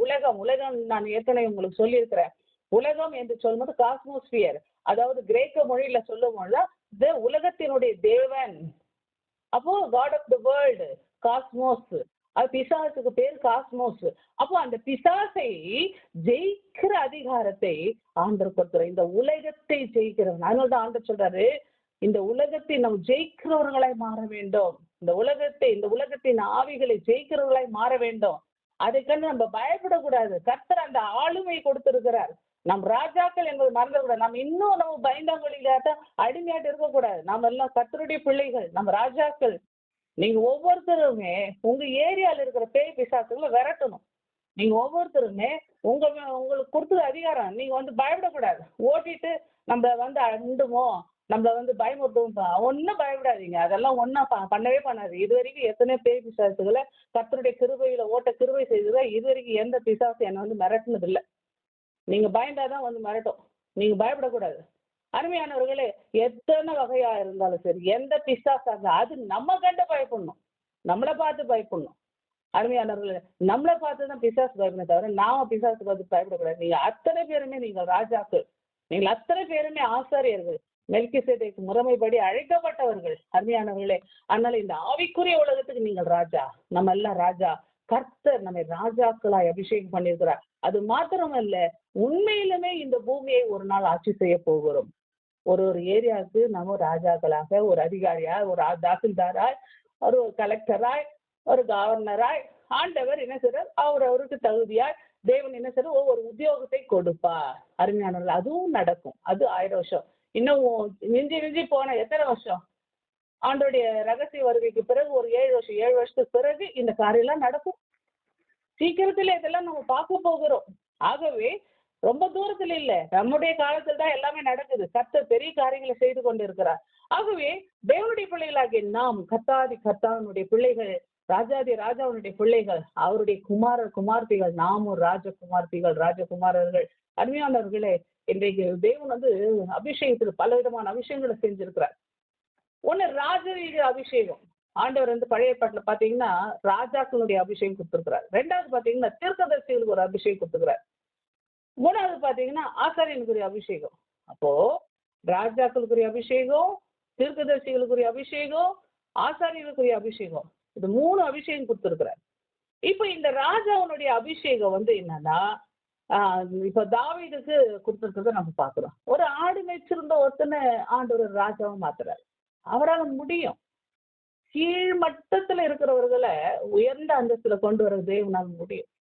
ஒண்ணு இல்ல, என்னையே நான் எடுத்துக்கொள்ள முடியும். நாங்களும் ஒரு ஓலை வீட்டுல தான் இருந்தோம். ஒரு என்ன சொல்ற, ஒரு டிசர்விங் கேடர்ல இருந்து தான் ஆண்டவர் எங்களை உயர்த்தினார். அப்போ தேவனால் கூடாத காரியம் ஒன்றும் இல்லை. அருமையானவர்களை, விசுவாசித்தினால் நீங்கள் மேன்மையான காரியங்களை காண்பீர்கள். அதே போல பாத்தீங்கன்னா ஆண்டவர் சொல்றாரு, தாவீதுக்கு அபிஷேகம் செய்த பிறகு ஆடுகள் மேய்த்து கொண்ட தாவீது, மேய்த்துட்டு இருந்த தாவீது பாத்தீங்கன்னா கரடி வந்தது, சிங்கம் வந்தது, எல்லாவற்றையும் அவன் என்ன கீச்சு போட்டான். எல்லாவற்றையும் அவன் ஜெயிக்க முடிஞ்சிச்சு. அப்போ இன்னைக்கு அபிஷேகம், இந்த கரடி, சிங்கம் இதெல்லாம் என்னன்னா ராஜரீகத்தினுடைய அடையாளமாய் அதை ஜெயிக்கிறது ராஜரீகத்தினுடைய அடையாளமாய் தாவீது கொடுக்கப்பட்ட அந்த அபிஷேகம் நமக்கு கொடுக்கப்பட்டதுனால நம்மெல்லாம் கரடி போல வருகிற பிரச்சனைகள், சிங்கம் போல வர பிரச்சனைகள் எல்லாத்தையும் நம்ம வந்து ஜெயம் எடுக்க வேண்டும். கரடி மாம்சத்துக்கு அடையாளம், சிங்கம் பிசாசுக்கு அடையாளம். மாம்சத்துக்குரிய பிரச்சனை நம்ம வீட்டு பிரச்சனைங்கோ, அந்த பிரச்சனை இந்த பிரச்சனை எல்லாவற்றையும் நல்லா தெரிஞ்சுங்க. நம்ம யுத்தமே என்ன தெரியுங்களா? ஆவிக்குரிய யுத்தம். நீங்க நினைச்சுக்கிறீங்க உங்க வீட்டுக்காரு, உங்க பிள்ளைங்க அவங்க எல்லாம் வந்து கெட்டவங்களா இருக்கிறாங்க, உங்களுக்கு எதிரா இருக்கிறாங்கன்னா அவங்க இல்லை, அவங்க எல்லாம் நல்லவங்க. ஆனா அவங்களுக்குள்ள இருக்கிற பிசாசு நீங்க ஜெயிக்கணும். அது என்ன செய்யணும்? ஒவ்வொரு நாளும் கட்டி கட்டி கட்டி ஜெபம் பண்ணுங்க. நீங்க மாம்சத்தோடு நீங்க போராடல. எபேசியர் 6:12 என்ன சொல்லுது? மாம்சத்தோடு உங்க யுத்தம் இல்ல. நீங்க ஆவிக்குரிய உலகத்துல நீங்க ராஜாக்கள் ராணிகள். அப்போ உங்களை வந்து ஆண்டவர் எதுக்கு வச்சுக்கிறது தெரியுமா? அந்த பிசாசுல ஜெயிக்கணும். ஆனா நம்ம என்ன செய்யணும்? பயந்து உட்காந்துக்கிறோம். நீங்க எதிர்த்து நில்லுங்க. அந்த பிசாசுகளை எதிர்த்து நில்லுங்க. உங்க ஊர்ல பிசாசு இருக்குது, அதை எதிர்த்து நில்லுங்க. இயேசுவின் நாமத்தினால பிசாசு உன்னை ஜெயம் எடுக்கிறேன். இயேசுவின் நாமத்தினால எங்க வீட்டுக்காரருக்குள்ள செயல்படுகிற பிசாசு உன்னை ஜெயம் எடுக்கிறேன். இயேசுவின் நாமத்தை என் பிள்ளைகிட்ட செயல்படுகிற பிசாசு உன்னை ஜெயம் எடுக்கிறேன். கடிந்து அப்புறப்படுத்துங்க. உங்களுக்கு ஆண்டவர் அந்த அதிகாரத்தை கொடுத்திருக்கிறார். கடிந்து அப்புறம் பயப்படாதீங்க. அதே போல இயேசுவின் நாமத்தினால் எனக்கு எதிராக பில்லி சூனியம் செய்கிற பிசாசு உன்னை கடிந்து அப்புறப்படுத்துற சொல்லுங்க. உங்க ஊர்ல உங்களை பிரச்சனை கொண்டு வராங்களே, இயேசுவின் நாமத்தை எனக்கு விரோதமா கொடியேற்றுகிற பிசாசு உன்னை ஜெயம் எடுக்கிற. என் மாமன் கிட்ட செயல்படுகிற பிசாசை ஜெயம் எடுக்கிற. என் மச்சாங்கிட்ட செயல்படுகிற பிசாசை ஜெயம் எடுக்கிற. சொல்லுங்க, ஜெயம் எடுங்க. ஒவ்வொரு நாளும் ஜெயம் எடுங்க. ஆண்டவர் அந்த அபிஷேகத்தை உங்களுக்கு கொடுத்துக்கிறார். கரடியை ஜெயித்த அந்த அபிஷேகம் தாவீதுக்கு கொடுத்த அதே அபிஷேகம் உங்களுக்கு இருக்கிறது. சிங்கத்தை கீழ்ச்சி போட்டான். அந்த அபிஷேகம் பிசாசு சிங்கம் எதுக்குன்னா பிசாசுக்கு ஒப்பிட்டு சொல்லப்படுது. இயேசு யூதராஜ சிங்கம், பிசாசும் தன்னை சிங்கமா ஒப்பிட்டு சொல்லுவான். ஒளியின் தூதனுடைய வேஷம் போடுகிறவன் அவன் வந்து என்ன செய்றான்? அவனும் வந்து தன்னை சிங்கத்துக்கு சொல்வான். அந்த சிங்கம் வந்து பாலசிங்கம். அந்த சிங்கத்தை தேவன் என்ன செய்யறாரு? ஜெயம் எடுக்கிறார். அப்போ பிசாசை ஜெயம் எடுக்கிற ஒரு வல்லமை இன்னைக்கு தாவீதுக்கு கொடுத்த அதே வல்லமை இன்னைக்கு உங்களுக்கும் எனக்கு ஆண்டு கொடுத்திருக்கிற அந்த சிங்கத்தை நம்ம பிசாசுக்கு அடையாளமா அந்த சிங்கத்தை ஜெயம் எடுக்க வேண்டும். அதே போல மாம்சத்தின் மேலும் பிசாசின் மேலும் ஆண்டவர் நமக்கு ஜெயத்தை கொடுத்துறாரு. அந்த ராஜாவுடைய அபிஷேகம், கரடி, சிங்கம். அதே போல பார்த்தீங்கன்னா தாவீது கோலியாத்தை ஜெயித்தான். கோலியாத் வந்து உலகம். கோலியாத் வந்து இந்த உலகத்துக்கு சமமா இருக்கிறான். இந்த உலகத்துக்கு அடையாளமா இருக்கிறான். இந்த உலகத்தினுடைய பிரம்மாண்டத்தை அவன் குறிக்கிறவனா இருக்கிறான். அப்ப பாருங்க, 3 விஷயத்த வந்து தாவீது ஜெயித்தார். மாம்சத்தை, பிசாச, அந்த உலகத்தை. உலகத்தையும் மாம்சத்தையும் பிசாசையும் நம்ம ஜெயிக்க வேண்டும். அப்ப கோலியாத்தை ஜெயித்தான். அதே போல கரடியை ஜெயித்தான், சிங்கத்தையும் ஜெயித்தான். கரடி வந்து மாம்சத்துக்கு அடையாளம், கோலியாத்து இந்த உலகத்தினுடைய அதிபதிக்கு அடையாளம். அவனும் ஒரு பிசாசு தான், இந்த உலகத்தினுடைய காரியங்களுக்கு அடையாளம். அதே போல பாத்தீங்கன்னா பிசாசு சிங்கத்தை ஜெயித்தார். அப்போ உலகம், மாம்சம், பிசாசு, இது 3ஐயும் தாவீது ஒரு அடையாளத்தோடு ஜெயித்தான். இன்றைக்கு நீங்களும் நானும் ஜெயிப்பதற்காக ஆண்டவர் நம்ம உருவாக்கி இருக்கிறார். அதனால கலக்கப்படக்கூடாது, கலங்கக்கூடாது. நம்ம ராஜரீக ஆசாரிய கூட்டம். நம்ம ஆண்டவர் அழைத்ததே, நம்மை மீட்டெடுத்ததே அந்த காலத்திலிருந்து ஆச்சரியமான ஓடி யார்? இயேசு கிறிஸ்து. இயேசு கிறிஸ்து வந்ததே அவர் எதற்காகனா ராஜரீகம், ஒரு அரசாட்சி உரிமை கொடுத்திருக்கிறார். இந்த பூமியை ஆட்சி செய்வதற்கு, இந்த உலகத்தை ஜெயிக்கிற ஜெயம். ஆண்டவர் நீங்கள் விசுவாசிக்கிற விசுவாசமே உலகத்தை ஜெயிக்கிற ஜெயம். உலகம் என்ன? பிசாசு, காஸ்மோஸை ஜெயிக்கிற ஜெயம். இந்த உலகத்தை ஜெயிக்கிற ஜெயமா இருக்கிறது. அருமையானவர்களே, நம்ம கவனமா இருக்க வேண்டாம். ஆண்டவர் வந்து நம்ம ராஜாவாய் பார்க்கிற, நம்மள ஒரு மேன்மையா பார்க்கிற, அற்பமா இல்லை, நம்மள ஒரு மேன்மையா பார்க்கிற. உலக மனுஷரை போல இல்ல, நமக்கும் உலக மனுஷருக்கும் வித்தியாசம் உண்டு. அவங்க எல்லாம் பாத்தீங்கன்னு சொன்னாக்க உலகத்துக்கு கூட கும்பிடு போட்டுக்கிட்டு பிசாசு கும்பிட்டுக்கிட்டு இந்த உலக மேன்மையெல்லாம் வாங்கிட்டு இருப்பாங்க. ஏசாமி கிட்ட வந்து பிசாசு கேட்கறான், இந்த உலகத்தெல்லாம் ராஜ்யங்களா காமிச்சிட்டு என்ன தண்டனிட்டு வானங்க, இதெல்லாம் உனக்கு தருவேன். அருமையானவர்களே, இயேசு கிறிஸ்து ஜெயம் எடுத்தது போல் நாம் ஜெயம் எடுத்தா பரலோக ராஜ்யம். இன்னைக்கு பிசாசு கூட கும்பிடு போட்டுக்கிட்டு பின்னாடி போறவங்களுக்கு இந்த உலகத்தின் காரியங்கள் டெம்பரரியா கிடைக்கும். ஆனா அவர்களுடைய உலக மேன்மை இந்த பூமியோடு அழிஞ்சு போயிடும். பிசாசோடு அவர்களும் அழிந்து போவார்கள். ஆனால் தேவன் சொல்றார், இந்த உலகத்திலிருந்து நம்ம வேறு பிரிக்கப்பட்டவர்கள். இந்த உலகத்தின் மேன்மையெல்லாம் அழிந்து போகிறது. காணக்கூடியவர்கள் அனைத்தையும், காணாதவர்கள் நித்தையும் ஆகவே கர்த்தரை பற்றி கொள்ளும் பொழுது, மேலானவைகளை பற்றி கொள்ளும் பொழுது, கீழானவைகளை உதறி தள்ளிட்டு மேலானவைகளை பற்றி கொள்ளும் போது நாம என்ன செய்யறோம்? இயேசு கிறிஸ்துவால் நம்ம ரட்சிக்கப்பட்டவர்கள், மீட்கப்பட்டவர்கள், பரலோகத்துக்குரியவர்கள், அதிகாரத்துக்குரியவர்கள், ராஜாக்களாக இருக்கிறோம். அருமையான நம்ம ரத்தத்தினால் மீட்கப்பட்டவர்கள் என்பதற்கு இதுதான் அடையாளம். அதனால இச்சையினால், இந்த உலகத்தினுடைய இச்சையினால் நாம் இழுக்கப்படக்கூடாது. இந்த உலகத்தினுடைய அந்த சோதனைக்கு உட்படக்கூடாது. நம்ம தேவ ஆவியினால் ஆளப்படுகிறவர்களை மாறணும். ஆவியானவர் நம்மை ஆண்டு கொள்ள வேண்டும். பரிசுத்தாவினுடைய ஆளுகையில நம்ம நடத்தப்பட வேண்டும். நம்ம இயேசு கிறிஸ்துவனுடைய அந்த ராஜரீக அழைப்புக்கு உண்டானவர்கள் என்பதை நம்ம மறந்துட்டு இன்னைக்கு நம்ம என்ன செய்யறோம்? பயந்துகிட்டு இருக்கிறோம். பிசாசு அவன் ஆள்றதுக்கு நம்ம இடம் கொடுத்துறோம். அவன் நம்மள ஆளக்கூடாது. நாம தான் அவனை ஆளணும். அவனை நம்ம அடிமைப்படுத்தணும். அவன் நமக்கு கீழே இருக்கணும். அவனை ஜெயம் எடுக்கணும். அந்த வாழை போட்டு நசுக்கணும். தலை நசுக்கிட்டாரு இருக்கணும். அந்த வாள் தான் ஆடி அந்த வாழை போட்டு நசுக்கணும். அதையும் போட்டு அடிச்சு தூக்கி போடணும். அருமையானவர்களே, இன்னைக்கு ஆண்ட சொல்ற ஒரு மனுஷன் தன்னை ஆள முடியாத போகிறது காரணம் இதுதான். இன்னைக்கு முதல்ல அந்த அரசாட்சி உரிமை, அந்த ராஜான்ற உரிமை நமக்கு ஆண்டர் கொடுத்ததே என்னன்னா, முதல்ல நம்மள ஆளணும். இன்னைக்கு நமக்குள்ள இருக்கிற ஒரு பர்சனாலிட்டியை நம்மளால ஆள முடியல. இன்னைக்கு நம்மளுடைய பர்சனாலிட்டியை நாம ஆள முடியல. நல்லா கவனிச்சுங்க. நம்ம உணர்ச்சிகளை நம்ம ஆள முடியல. நம்ம உணர்ச்சிகளை கண்ட்ரோல் பண்ண முடியல. நம்ம உணர்ச்சிகளை நம்ம இஷ்டப்படி விட்டுடுறோம். நம்முடைய சிந்தனைகளை நம்ம இஷ்டப்படி விட்டுறோம். நம்ம மனசை நம்ம இஷ்டப்படி விட்டுறோம். நம்முடைய எண்ணங்களை நம்ம இஷ்டப்படி விட்டுறோம். தன் ஆவியை அடக்காதவன் மதில் இடிந்த பட்டணம் போல் இருப்பான் என்று வேதத்தில் சொல்லப்படுகிறது. தன் ஆவியை அடக்காதவன். பாருங்க, எல்லாமே வரும், எல்லாமே போகும். ஆனா எல்லாவற்றையும் ஜெயிக்கக்கூடிய அதிகாரம் நமக்கு வேண்டும். இன்னைக்கு ஆண்டவர் என்ன சொன்னாரு? உணர்வுள்ளவன் உண்டோன்னு பாக்குறாரு. இன்னைக்கு உணர்ச்சி மிக்கவர்கள் அதிகம், உணர்வுள்ளவர்கள் குறைவு.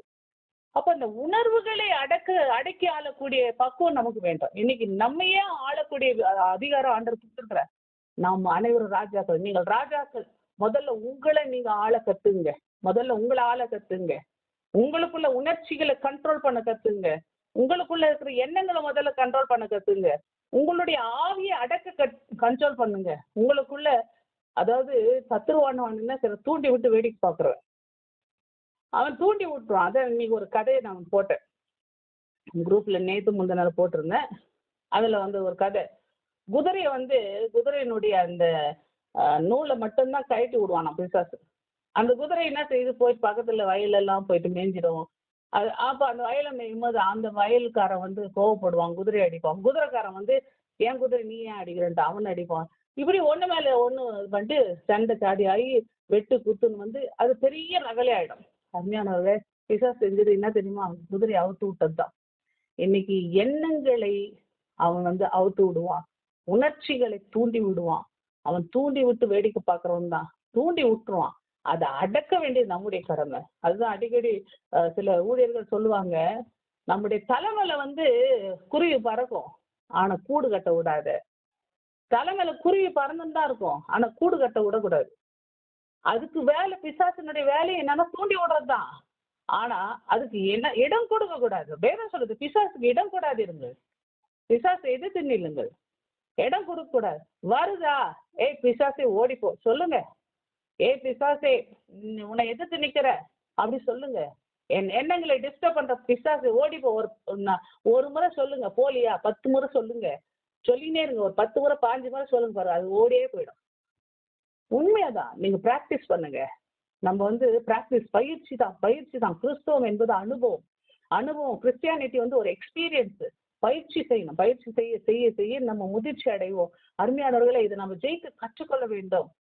ட்ரைனிங் இல்லாம யுத்த களத்துக்கு போக முடியாது. ட்ரைனிங் ஆகணும். நம்ம இந்த ட்ரைனிங் தான், இந்த மனவாட்டி குழுவே ஒரு ட்ரைனிங் தான், பயிற்சி களம். அருமையான நீங்க பிராக்டிஸ் பண்ணணும். ஒவ்வொரு நாளும் பிராக்டிஸ் பண்ணுங்க. நீங்க எதிர்த்து நில்லுங்க. உங்கள் உணர்ச்சிகளை கண்ட்ரோல் பண்ண கற்றுக்கொள்ளுங்க. உங்கள் ஆவியை அடக்குங்க. வேத சொல்ற ஆவியை அடக்காத மனுஷன் மதில் இடிந்த பட்டணம். மதில் இடிஞ்சு போச்சுன்னா நான் எவன் வேணாலும் உள்ள நுழைவான், வெட்டுவான், குத்துவான், எல்லாம் பண்ணுவான். அருமையானவர்களே, ஆண்டவர் நம்ம ராஜாவாக்கி பாக்குறாரு. அதனால பரிசுத்தாவினுடைய பலத்தினாலே மாம்சத்தினுடைய கிரியைகளை அழித்து நம்ம தேவனுடைய பிள்ளைகள் என்பதை நம்ம வெளிப்படுத்தும். இன்னைக்கு நம்முடைய மாம்சத்தினுடைய கிரியைகள், இந்த உலக பிரகாரமான காரியங்கள் எல்லாவற்றையும் ஜெயித்து நம்ம தேவனுடைய பிள்ளைகள் நம்ம சாட்சியா வாழ்ந்து காமிக்கணும். அதுதான் கர்த்தர் நம்மை ஆசீர்வதிப்பார். அடுத்தது பார்த்தீங்கன்னா, நம்மளை ஆசாரியரா ஆக்குகிறார். இன்னும் ஒரு 2 காரியம் நம்ம முடிச்சிடலாம் வேகமா. நம்மை ஆசாரியரா ஆக்கின தேவன். நல்ல கவனிங்க. பரிசுத்த ஸ்தலத்துக்குள்ள போகிற அந்த ஆசாரியனுக்கு தான் ஷெக்கினா மகிமை. பிரகாரத்துல நிக்கிறான் பாருங்க, அவனுக்கு வந்து சூரிய வெளிச்சம் தான். வெளிச்சத்துல வெளியில நிக்கிறவன் தான், வெயில நிக்கிறவன். உள்ள போகிறவனுக்கு தான் ஷெக்கினா மகிமை. அப்படின்னா அந்த பரிசுத்த ஆசாரியனாய் இருக்கிறவனுக்கு தான் ஷெக்கினா மகிமை. இன்னைக்கு அவருடைய ரத்தத்தினால இன்றைக்கு நம்ம எல்லாரும் கழுவப்பட்ட நிச்சயம் உள்ளவர்கள். இன்னைக்கு நான் ஆசாரியன் என்று உணர்கிறவர்கள் இந்த ரத்தத்தை சுமந்துட்டு மத்தவங்களை ஆண்டவருடைய பாதத்துல வழி நடத்துறோம் பாருங்க. அந்த ரத்தத்தை கொண்டு போயிட்டு பரிசுத்த ஸ்தலத்துக்குள்ளாய் ஒரு ஆத்துமாவை பலியாய் எடுத்துட்டு போய் ஒப்பு கொடுக்குறோம் பாருங்க. அப்போ நாம வந்து என்ன ஷெக்கினா மகிமைக்குள்ள வரும். அருமையானவர்களே, ஆசரிப்பு கூடாரத்துல எல்லாருக்கும் ஷெக்கினா மகிமை கிடைக்காது. யாரெல்லாம் ஆசாரியனா இருக்கிறாரோ அவனுக்கு தான் ஷெக்கினா மகிமை. ஆசாரியன் மட்டும்தான் உள்ள நுழைய முடியும். இன்னைக்கு நீங்களும் நானும் கர்த்தருக்கென்று அந்த ரத்தத்துல நான் கழுவப்பட்டு, நான் ஆயத்தப்பட்டு, அந்த ரத்தத்தை மத்தவங்களுக்கு அறிமுகப்படுத்தி, இந்த ரத்தத்துல கழுவுனாதான் நீ பரலோகம் போக முடியும். இந்த ரத்தத்துல கழுவுனாதான் நீ பரலோக ராஜ்யத்துக்குள்ள பிரவேசிக்கிறதுக்கு ஒரு வழி. இந்த ரத்தம் தான் நமக்கு எல்லாமே அப்படி சொல்லிட்டு இயேசு கிறிஸ்துடைய ரத்தத்தினுடைய மகிமை சொல்லி சொல்லி அவர்களை நம்ம ஆண்டர்கிட்ட வழி நடத்தணும் பாருங்க. அது ஜீவ பலியாய் ஆவிக்கேற்ற பலிகளை நம்ம செலுத்துறோம் மாறும்போது நாம ஒரு ஆசாரியனா மாறுகிறோம். நமக்கு வந்து ஆசாரித்த பணியை நம்ம கொடுத்துருக்கிற அந்த பணியை நம்ம நிறைவேற்றுகிறோம். அப்போ அந்த ஆசாரியன் மேல ஷெக்கினா மகிமை இறங்குகிறது. நம்ம வந்து என்ன செய்யறோம், அந்த மகிமைக்குள்ளே பிரவேசிக்கிறோம். அருமையானவர்களே, ஆசாரியனுக்கு ஒரு தனி அழைப்பு, தனி வேலை. அவன் வந்து பரிந்து பேசுகிற வேலை உடையவன், மற்ற ஜனங்களுக்காக ஜெபிக்கிறவன், அதே போல மற்ற ஜனங்களை ஆண்டவர்கிட்ட வழி நடத்துகிறவன். ஆகவே இந்த வேலைக்கு நம்ம எல்லாரையும் ஆண்டவர் அழைச்சுக்கிறார். நம்ம எல்லாருமே வந்து நம்ம ஜீவ வழியா ஒப்பு கொடுக்கணும். முதல்ல ஆசாரியன் என்ன செய்யணும், முதல்ல தன்னை சுத்திகரித்துக் கொள்வோம், அடுத்து ஜனங்களை சுத்திகரிப்போம். அதே போலதான் இன்னைக்கு நம்ம எல்லாம் ஆசாரியர்கள் முதல்ல நம்மளை சுத்திகரிக்கணும், அடுத்து ஜனங்களை சுத்திகரிக்கணும். இப்படி செய்யும் பொழுது இந்த உதடுகளின் கனியாகிய ஸ்தோத்திர பலிகளை நம்ம சொல்லி சொல்லி சொல்லி சொல்லி தெய்வ பிரசன்னத்தை நமக்குள்ள கொண்டு வரணும். அதே போல ஆசாரியன் வந்து பாத்தீங்கன்னு சொன்னா அவனுடைய ஜெபங்கள்லாம் தூப வர்க்கம். அதே போலதான் இன்னைக்கு துதி ஸ்தோத்திரங்கள் ஜெபங்கள் எல்லாமே தூப வர்க்கமா இன்னைக்கு தேவனுடைய சமூகத்துல இருக்குது. அதே போல நறுங்குண்டமான ஆவி அதை வந்து ஜீவ பலியாய் ஒப்பு கொடுப்பதுதான் மேன்மையான பலி என்று வேதத்துல பாக்குறோம். அப்ப இன்றைக்கு தன்னை பலியாக ஒப்பு கொடுக்கணும். அதே போல நறுங்குண்ட மக்களை ஆண்டவர்கிட்ட வழி நடத்தணும். இந்த பலி ஒரு ஷெக்கினா மகிமை உங்க வாழ்க்கையில கொண்டு வரும், தேவனுடைய பிரசனத்தை கொண்டு வரும். கடைசியா ஒரு காரியத்தை சொல்லி முடிக்கிறேன். அடுத்த 6வது காரியம், சகல மகிமை வல்லமை பொருந்தின இயேசு கிறிஸ்து. அப்போ இந்த 6வது வசனத்துல கடைசியில என்ன சொல்லுது, அவருக்கு மகிமையும் வல்லமையும் என்றென்றைக்கும் உண்டாயிருப்பதாக. ஆமென். அப்படி என்றால் இன்றைக்கு இயேசு கிறிஸ்துக்கு எல்லா மகிமையும் உண்டு, எல்லாம் கனமும் உண்டு. பைபிள்ல பாத்தீங்கன்னா பல இடங்கள்ல கனத்தையும் மகிமையும் அதாவது கனத்தையும் மகிமை பெறக்கூடியவர் கர்த்தர் ஒருவர் தான் என்பதை நம்ம பாக்குறோம். இப்போ பாத்தீங்கன்னா ஏரோது என்ன செய்யறான், பிரசங்கம் பண்றான். பிரசங்கம் பண்ணும்பொழுது என்ன செய்யறான், சூப்பரா பிரசங்கம் தேவன் அதாவது என்ன சொல்றது, தேவனே பேசுற மாதிரி இருக்குன்னு சொன்னது அந்த மகிமை அவனுக்கு எடுத்துக்கிட்டான். உடனே ஏரோது தேவதூதன் வந்து அடிச்சு புழுத்து செத்தார். மிக அருமையானவர்களே, எந்த ஒரு மகிமையும் மனுஷர்களாகி நாம் எடுக்கவே கூடாது. எல்லா மகிமையும் கனமும் கர்த்தருக்கு மட்டும்தான். நாம் மண் என்று நம்ம ஒவ்வொரு நாளும் நினைக்கணும். நம்மள ஜீரோ என்று நம்ம நினைக்கணும். நம்ம ஒன்றும் இல்லை என்று நம்ம நினைக்கணும். அதனால நம்முடைய தேவனை குறித்து சொல்லும்போது அவர் அன்பினாலும் பாசத்தினாலும் அவர் வந்து என்ன செய்யறாரு, நம்ம வழி நடத்துகிற தேவன். ஆனா அதே நேரத்தில் எல்லா துதிக்கும் கனத்துக்கும் மகிமைக்கு அவர் பாத்திரர் என்பதை நம்ம மறக்கக்கூடாது. அவருக்குரிய மகிமையை அவர் கொடுத்துதான் ஆகணும். அவர் அன்புள்ளவர் என்பதற்காக நம்ம வந்து அட்வான்டேஜ் எடுத்துக்கவும் கூடாது. அதே நேரத்துல அவர் பாசமுள்ளவர் என்பதற்காக நம்ம என்ன செய்யணும், அவரை நம்ம ரொம்பவும் கீழே நம்ம நினைக்க கூடாது. ஏன்னா அவருக்குரிய மகிமையை நம்ம அவருக்கு செலுத்தியே ஆக வேண்டியது அவசியம். ஏன்னா அவர் படைத்தவர், சர்வம் உண்டாக்கியவர். அவருக்கு முன்பாக நம்ம நிக்கலாம் தகுதியில் ஒரு தூசியை விட கேவலமானவர். நம்மெல்லாம் ஒன்றும் இல்லை. நான் நேற்று முந்தின நாள் சொன்னேன் உங்களுக்கு, சூரியன்ல இருக்கிற அந்த ஓட்டை, அந்த காந்த அந்த ஓட்டை, அந்த ஓட்டையில இந்த பூமியை வந்து அடைக்கலாமா, ஒரு சின்ன அந்த கருப்பு புள்ளி அந்த கருப்பு புள்ளியில இந்த பூமியே போய் அடங்கிடுமா. அப்போ அந்த சூரியன் எவ்வளவு பிரம்மாண்டமா இருக்கா. அந்த சூரியன் ஒரு சிறு படைப்பு தான்.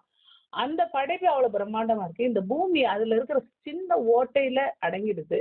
அப்போ நாமெல்லாம் இவ்வளவு கோடிக்கணக்குல மக்கள் இருக்கிறோம். இத்தனை கோடி மக்கள் இந்த பூமிக்குள்ள இருக்கிறோம். நம்ம யோசிச்சு பார்க்கவே முடியல பாருங்க. எவ்வளவு பிரம்மாண்டம், எவ்வளவு ஒரு சர்வ ஞானி. அப்போ கர்த்தருக்கு முன்னாடி நம்ம யோசிக்கிறது கூட நம்ம தகுதி இல்லாம இருக்கோம். அப்போ அப்படிப்பட்ட தேவன் நமக்காக இறங்கி வந்தாரு, நமக்காக இவ்வளவு செஞ்சிருக்கிறாரு, இனியும் செய்ய போறாரு. இப்போ நம்ம கிட்டதான் நிறைய குறைகள் இருக்கு. நம்ம கிட்டதான் நம்ம என்ன தகுதிப்படுத்த வேண்டிய காரியங்கள் இருக்கு. அப்போ நாம நம்மை திருத்திக் கொண்டு தேவனிடத்தில் நெருங்கி சேர முயற்சிக்க வேண்டுமே தவிர, நம்ம என்னன்னு எல்லா துதியும் எல்லா கனமும் அவருக்கு மட்டும்தான் செலுத்தணுமே தவிர, நம்ம என்ன செய்யணும், எந்த விதத்திலும் நம்ம அவரை டிகிரேட் பண்ணவே கூடாது. அருமையானவர்களே, அவர் என்னன்னா பாத்தீங்கன்னா வெளிப்படுத்தின விசேஷத்துல 4ஆம் அதிகாரம் 9வது வசனம் சொல்லும்போது, அவருக்கு மகிமை கனம் ஸ்தோத்திரம் எல்லாம் அவருக்குரியது. 5ஆம் அதிகாரம் 13வது வசனம் சொல்லுது, ஸ்தோத்திரம் கன மகிமை வல்லமை எல்லாம் கர்த்தருடையது சொல்லப்படுது. 7:12 சொல்லும் பொழுது பாத்தீங்கன்னா, துதியும் மகிமை ஞானமும் ஸ்தோத்திரமும் கனமும் வல்லமை பலனும் கர்த்தருக்குரியதுன்னு சொல்லுது. பாருங்க, என்றென்றைக்கும் சதா காலமும் உண்டாவதாக சொல்லப்படுது. அது அருமையானவர்களே, அவருக்கே எல்லா ஸ்தோத்திரம், அவருக்கே எல்லா கனம், எல்லா மகிமை எல்லாமே அவருக்குரியது. அவர் எல்ஷடாய், சர்வ வல்லவர். அப்போ சர்வ வியாபி, எங்கும் நிறைந்திருக்கிறவர், அவர் நம்மோடு கூட இருக்கிறவர். ஆக இப்படிப்பட்ட நல்ல தகப்பனை நாம் தெய்வமாய் பெற்றிருக்கிறோம். நம்ம கண்டடைத்தக்க இந்த சமயத்தில் அவரை பற்றி கொள்வோம், அவரை நம்ம தேடுவோம், அவரை நேசிப்போம். அவர் அன்புள்ள தேவனா இருக்கிறார். அவர் அன்புக்கு பாத்திரவான்களாய் நம்முடைய அன்பை சரியாய் பரிசுத்த அன்பை கொடுப்போம், ஒரு கற்புள்ள கனியை கொடுப்போம். அப்படி செய்யும்போது கர்த்தர் நம்மை ஆசீர்வதிப்பாராக. ஜெபம் செய்வோம். அன்பின் பரலோக பிதாவே, இந்த வேலைக்கு நம்ம நன்றியோடு துதிக்கிறோம், ஸ்தோத்திரிக்கிறோம் ராஜா. அப்பா, கேட்ட சத்தியத்தின்படி கர்த்தாவே, இந்த வேத பாடத்தின்படி நாங்கள் கற்றுக்கொண்டதை அப்பா எங்கள் வாழ்க்கையில அப்ளை பண்ண உதவி செய்யுங்க அப்பா. அதை இம்ப்ளிமெண்ட் பண்ணி நாங்க எங்கள் வாழ்க்கையில ஜெயம் எடுக்க உதவி செய்யுங்கப்பா. நீர் மிகுந்த அன்புள்ள தேவன், உங்க அன்புக்கு பாத்திரவானா இப்ப உதவி செய்யுங்கப்பா. அப்பா, நீர் எங்களுக்காக சிந்தின ரத்தத்தினாலே, நீர் எங்களுக்காக கொடுத்த அந்த ஆசாரிய ராஜரீக உரிமைக்காக நாங்கள் உண்மை நன்றியோடு துதிக்கிறோம், ஸ்தோத்தரிக்கிறோம் அப்பா. எல்லா கணத்துக்கும் எல்லா மகிமைக்கும் எல்லா துதிக்கும் நீர் ஒருவரே பாத்துரு ராஜா. உமக்கே எல்லா மகிமை செலுத்து. அடிமைகளை நாங்கள் மண்ணென்று நினைவு கூறுகிற தகப்பனே, இல்லை முற்றிலுமாய் தாழ்த்துறோம். எல்லா மகிமை உமக்கே செலுத்து ராஜா. நல்ல பிதாவே, ஆமென்.